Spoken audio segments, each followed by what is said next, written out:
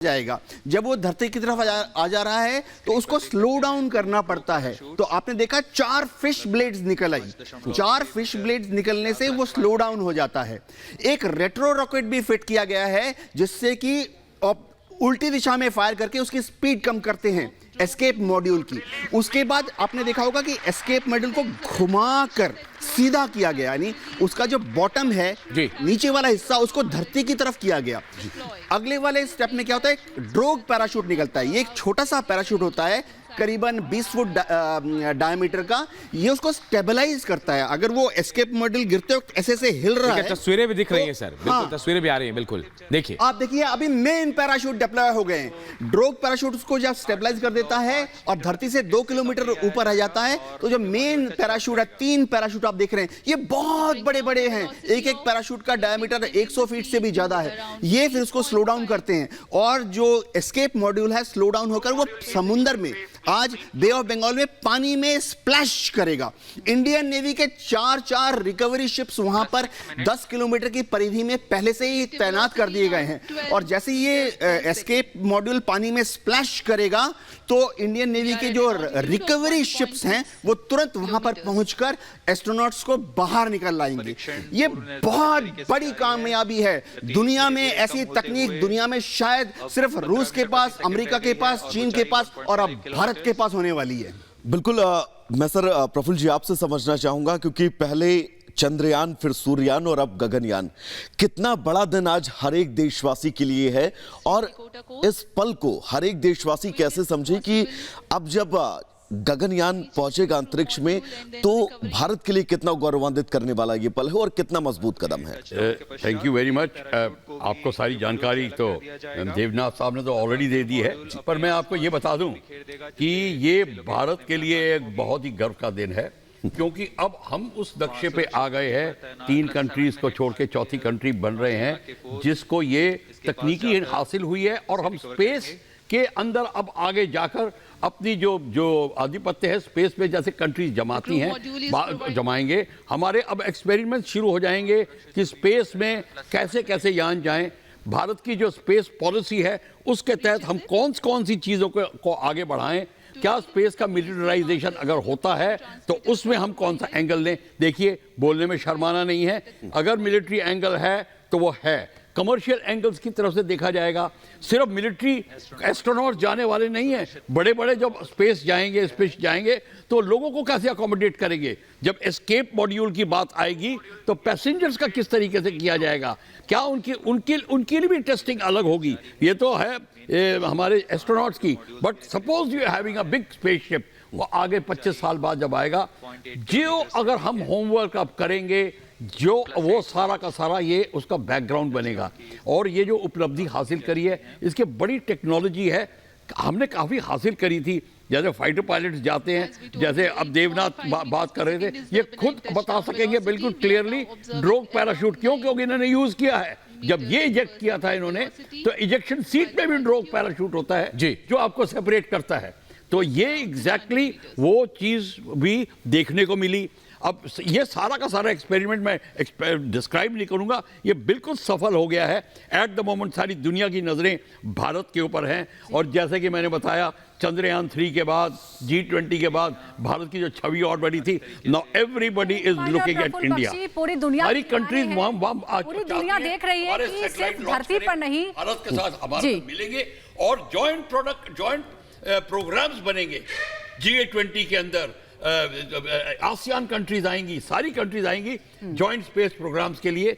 सो ये हमारे लिए वाकई में बहुत बड़ा दिन है। बिल्कुल, सिर्फ धरती पे नहीं बल्कि स्पेस में भी सवाल सर सुनते हैं। दबदबा बनाने की कोशिश कर रहा है, आत्मनिर्भर बन रहा है। यूके देवनाथ, मैं आपसे ये भी समझना चाहूंगी कि एक स्पेस टूरिज्म का जिस तरह से प्रचलन बढ़ रहा है उसके लिए और स्पेस से जुड़े बिजनेस के लिए भारत की उपलब्धियां कितनी कारगर होंगी। डिफेंस का एंगल भी प्रफुल्ल बख्शी सर ने जोड़ा है इसके साथ। देखिए, स्पेस बिजनेस के लिए ये बहुत बड़ी कामयाबी है। मैं आपको बता दूं कि इसरो के अलग अलग विंग है, उनके जो कमर्शियल विंग है, एंट्रिक्स ने पहले से ही दुनिया के देशों के साथ कॉन्ट्रैक्ट साइन किए हैं जिसमें भारत अब आने वाले दशकों में दूसरे देशों के सैटेलाइट लॉन्च करेगा। ये बहुत बड़ी चीज है क्योंकि दूसरे देशों को ये यकीन है कि भारत ना सिर्फ उनके सैटेलाइट को कम कीमत पर वरन सक्सेसफुली और सेफ्टी के साथ लॉन्च करेगा।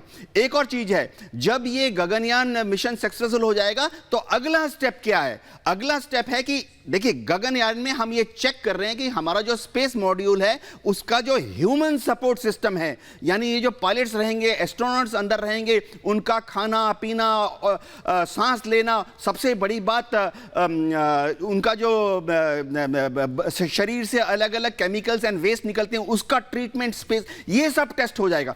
उसके बाद अगले मिशन में हमारे एस्ट्रोनॉट जो हैं वो चांद की तरफ जाएंगे। तो भारत के लिए उस दिन हम सब इंतजार कर रहे हैं जब गगनयान में सक्सेसफुली सब कुछ चेक करने के बाद सिस्टम्स, एक दिन बहुत जल्दी आने वाला है जब भारत चांद की तरफ हम अपना भारत का ही एस्ट्रोनॉट लॉन्च करें। सर सफल हो गया। देखिए, बधाइयों का सिलसिला शुरू हो गया है और बधाई मिलनी भी चाहिए, इतनी तेजी से भारत विकास कर रहा है। आप देख रहे हैं हर एक प्रक्षेपण जो है वो सफलता से लॉन्च हो रहा है और अपनी कामयाबी के झंडे भी गाड़ रहा है। इसरो प्रमुख को देख रहे हैं आप लोग टीवी स्क्रीन पर, तमाम लोगों से बधाइयां ले रहे हैं, तमाम लोगों को बधाइयां देते हैं और शायद थोड़ी देर बाद वो तस्वीरें भी सामने आएंगी जब प्रधानमंत्री, गृह मंत्री, तमाम लोग बधाई देंगे।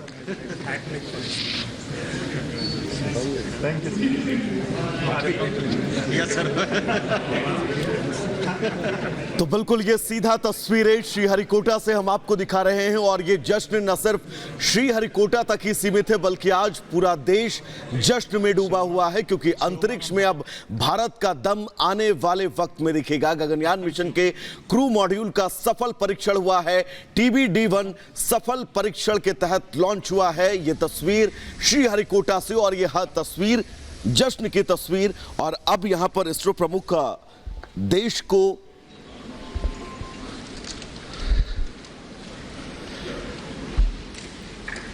I'm very happy to announce the successful accomplishment of the TBD-1 mission.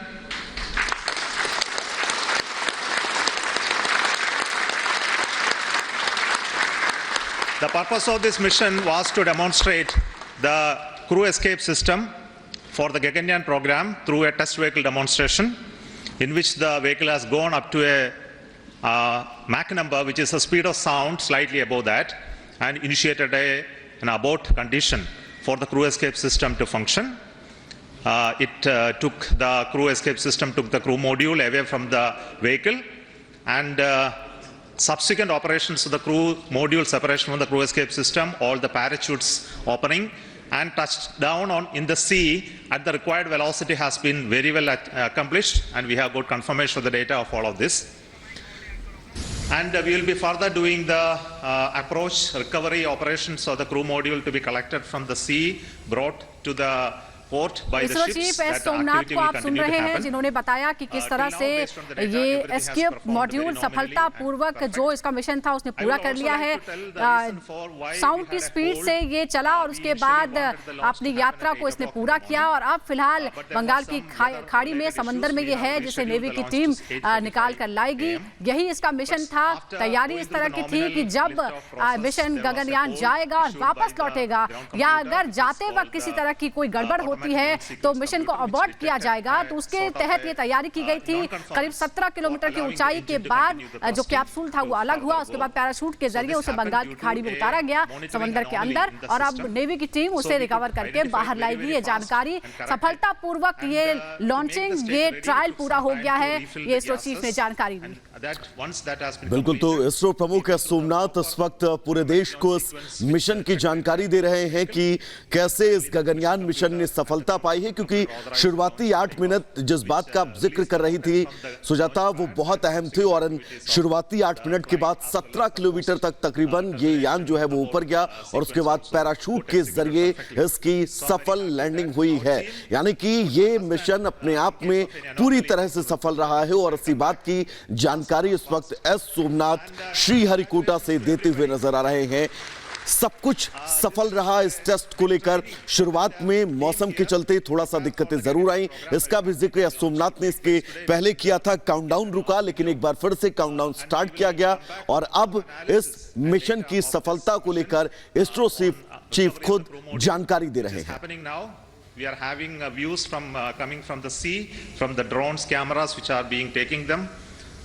Before that, before we get any further updates, I would like to introduce the mission director, Sri H. Shivakumar, and the director of the crew module and crew escape system to you. So over to Shivakumar.